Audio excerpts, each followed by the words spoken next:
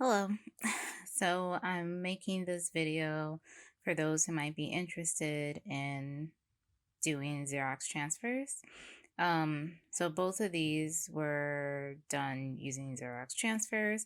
The one on the left has been redrawn with first a pencil and then a permanent marker pen, and everything, well, not everything, but a lot of, I guess halfway or more than half of it has been redrawn. Like the bird has been drawn again, the hands, the outline of the face, and certain details.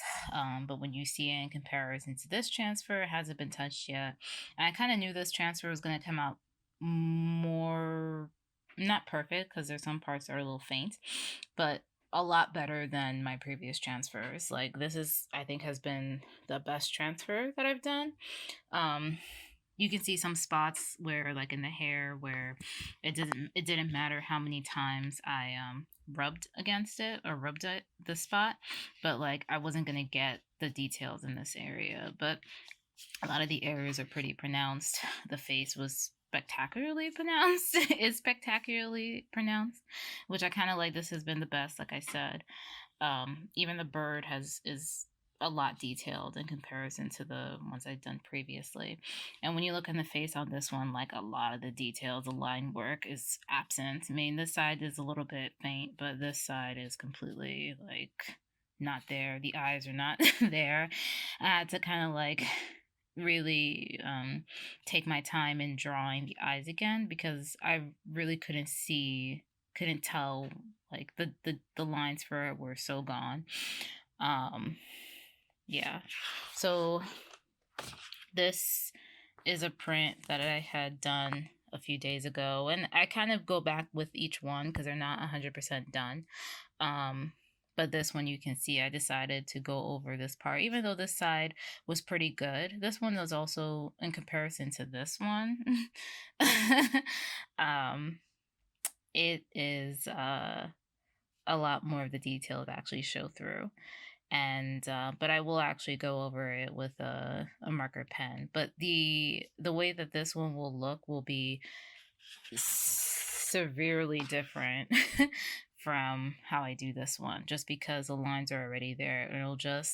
I'm kind of excited to see how that would look like. I think it would be like a really nice effect because it'll be uh, the lines from the print with the lines that I'm going to produce with using the permanent marker pen. So I'm excited for that. And this is just the, not the original, because the original drawing was on my sketchbook. It's still in my sketchbook. And I just used a sheet of Duralar to trace over it. And Duralar is semi-transparent. You can see my hands somewhat, but it's a little cloudy. And I had placed it on top of the original drawing on the sketchbook, drew over it with a pencil first, and then went over with a permanent marker pen and did all these details. So the hair is something that I'm always doing again.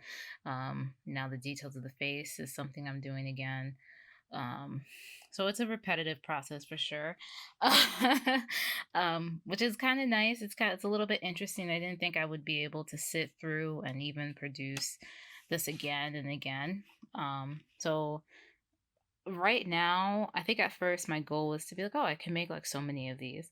But considering that I'm drawing over these, and maybe I'll consider, I don't know, I have some ideas for how I'm going to do these. Right now I have in total 4 uh copies or 4 pieces. Right now I'm settling for 12, I think.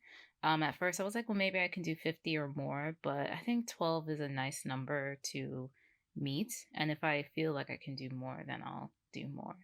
But yeah, again, it's interesting for me because I'm so much used to, when I finish a piece, to work on a new piece that is based on a completely different idea, but to make pieces based on one design has it's interesting. Like my brain has, like, I guess, shifted or is operating in another mode to do these.